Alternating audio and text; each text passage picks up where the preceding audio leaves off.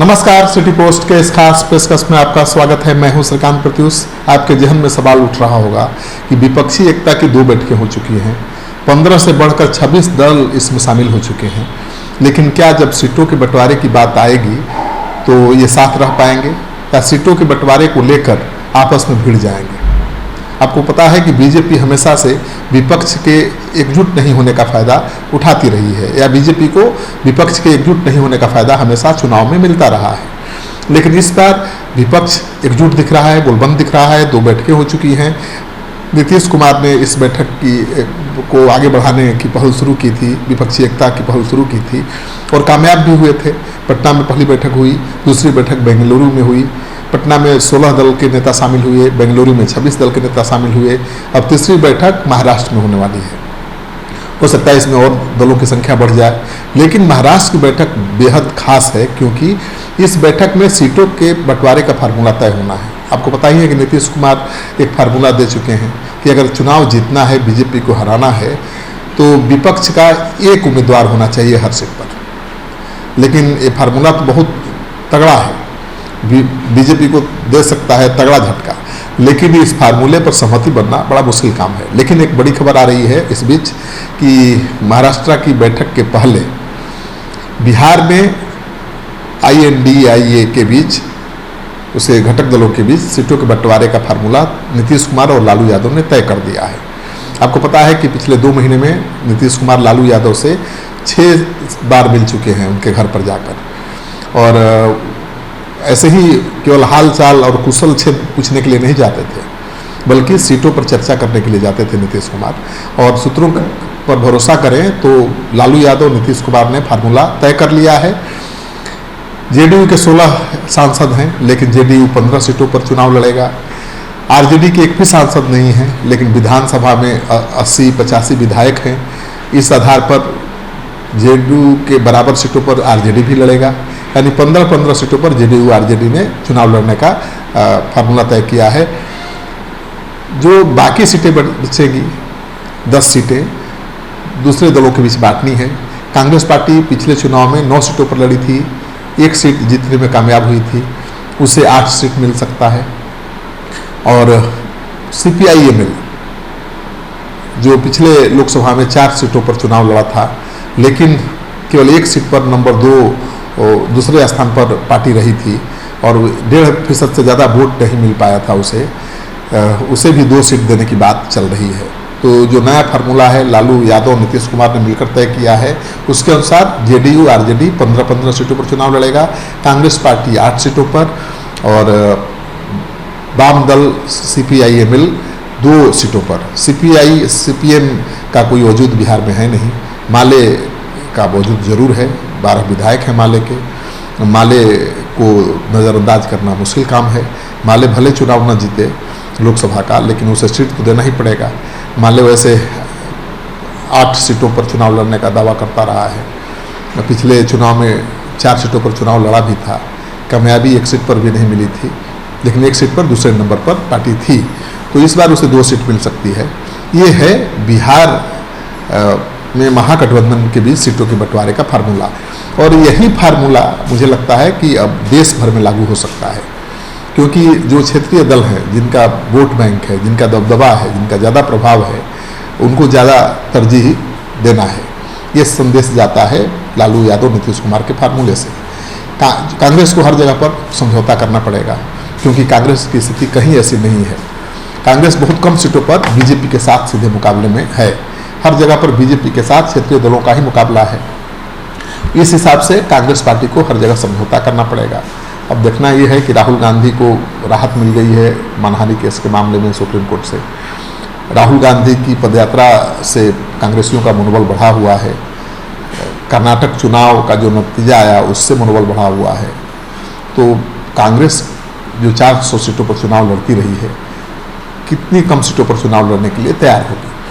हालांकि कांग्रेस के पास कोई विकल्प नहीं है। अगर बीजेपी को हराना है, बीजेपी को चुनौती देनी है, तो उसे सभी क्षेत्रीय दलों के साथ मिलकर आगे बढ़ना होगा। और ज़्यादातर राज्यों में जहाँ पर क्षेत्रीय दलों का दबदबा है, वहाँ पर उसे कॉम्प्रोमाइज़ करना पड़ेगा।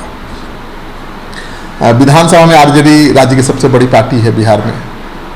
भले सांसद एक भी नहीं जीते हैं, लेकिन विधायक तो बहुत ज़्यादा हैं।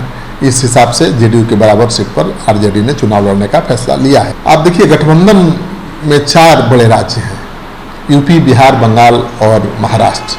चारों राज्यों में क्षेत्रीय पार्टियां कांग्रेस पर भारी हैं। लगभग कमोबेश एक ही जैसी स्थिति चारों राज्यों में है। और जो राजनीतिक जानकार हैं उनका मानना है कि लालू यादव, नीतीश कुमार ने अपने इस फार्मूले से कांग्रेस को साफ संदेश दे दिया है कि जिन राज्यों में क्षेत्रीय पार्टियों का वर्चस्व है वहाँ उन्हें सीटों के साथ समझौता करना होगा और छोटे भाई की भूमिका निभानी होगी। बड़े भाई की भूमिका में कांग्रेस नहीं आ सकती जहाँ पर क्षेत्रीय दल मजबूत हैं। कांग्रेस भी इस बात को समझती है कि सभी को साथ लेकर चलना है। जो पार्टियाँ जहाँ प्रभावी हैं, प्रभावशाली हैं, मजबूत हैं, वहाँ उनके हैसियत के हिसाब से सीटें देनी है। तो मानकर चलिए कि फार्मूला तय हो गया है। INDIA गठबंधन में अभी बिहार, यूपी, महाराष्ट्र, पश्चिम बंगाल, तमिलनाडु, झारखंड, जम्मू कश्मीर, पंजाब, दिल्ली के लगभग 12 बड़े नेता शामिल हैं। इनके पास लोकसभा की 90 सीटें भी हैं। इसमें मुख्य रूप से बिहार की जेडीयू के पास 16 सीटें हैं, झारखंड के जेएमएम के पास 1 सीट है, महाराष्ट्र की शिवसेना के पास 18 सीट है, ममता बनर्जी के पास भी 22 सीटें हैं, एनसीपी के पास 4 सीटें हैं और तमिलनाडु के डीएमके के पास 23 सीटें हैं। जम्मू कश्मीर के नेशनल कॉन्फ्रेंस के पास 3 सीटें हैं। पंजाब और दिल्ली में आपके पास 2 सीटें शामिल हैं। 2019 में 185 सीटें ऐसी थीं जहां बीजेपी और क्षेत्रीय दल नंबर 1 और नंबर 2 पर थे, यानी उनके बीच ही लड़ाई थी। यूपी में 74 सीटें, बंगाल की 39 सीटें, महाराष्ट्र की 10 सीटें, बिहार की 15 सीटें, झारखंड और कर्नाटक में 6-6 सीटें ऐसी थी जहां पर सीधे क्षेत्रीय दलों और बीजेपी के बीच सीधी टक्कर थी। इन 185 सीटों में से 128 सीटों पर कांग्रेस की भूमिका बहुत लिमिटेड थी, कोई खास असर नहीं था। इस बार भी यहाँ मुख्य लड़ाई बीजेपी और क्षेत्रीय दलों के बीच ही होगा। तो कांग्रेस को यहाँ पर थोड़ा समझौता करना पड़ेगा, क्योंकि कांग्रेस का इन राज्यों में ज़्यादा खास असर है नहीं। और 2019 के आंकड़ों के मुताबिक देश में 97 लोकसभा की ऐसी सीटें हैं जहां पर 2019 में क्षेत्रीय दल का मुकाबला हुआ था। इन्हीं जगहों पर सीटों के बंटवारे में पेच फंसेगा, क्योंकि क्षेत्रीय दलों के आपस में ही लड़ाई है। क्षेत्रीय दल जो गुलबंद हो रहे हैं उनके बीच ही लड़ाई है, कंपटीशन है। और वहीं नंबर 2, नंबर 1 पर है, तो वहाँ पर तो लड़ाई हो सकती है कि कौन लड़ेगा। 43 सीटें ऐसी हैं जहाँ पर बीजेपी और कांग्रेस की सहयोगी पार्टियों के बीच मुकाबला हुआ था पिछले चुनाव में। अब अगर बीजेपी और क्षेत्रीय दलों के बीच सीधा मुकाबला होता है तो लोकसभा चुनाव की तस्वीर बदल सकती है।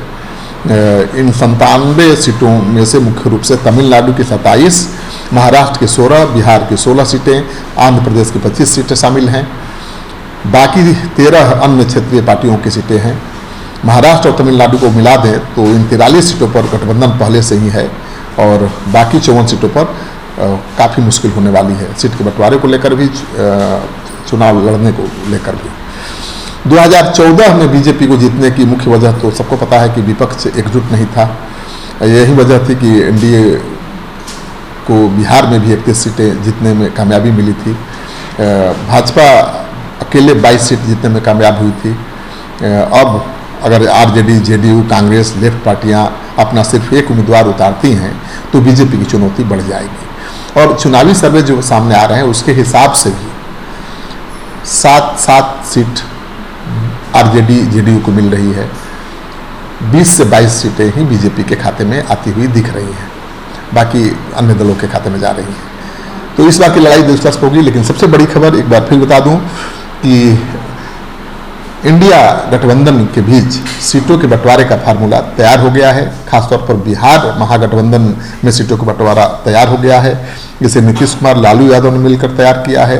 इस फार्मूले के जरिए कांग्रेस को ये संदेश भी दिया गया है कि जहां पर क्षेत्रीय दल मजबूत हैं वहां पर आपको छोटे भाई की भूमिका निभानी पड़ेगी। इस वीडियो को ज़्यादा से ज़्यादा लोगों के साथ शेयर करिए ताकि लोगों को पता चले कि महागठबंधन विपक्षी एकता की मुहिम बहुत आगे बढ़ रही है और जो तीसरी बैठक होनी है महाराष्ट्र में, उसमें सीटों के बंटवारे का फार्मूला तय हो जाएगा। नीतीश कुमार इंडिया के संयोजक बन सकते हैं और बीजेपी की चुनौती बढ़ सकती है।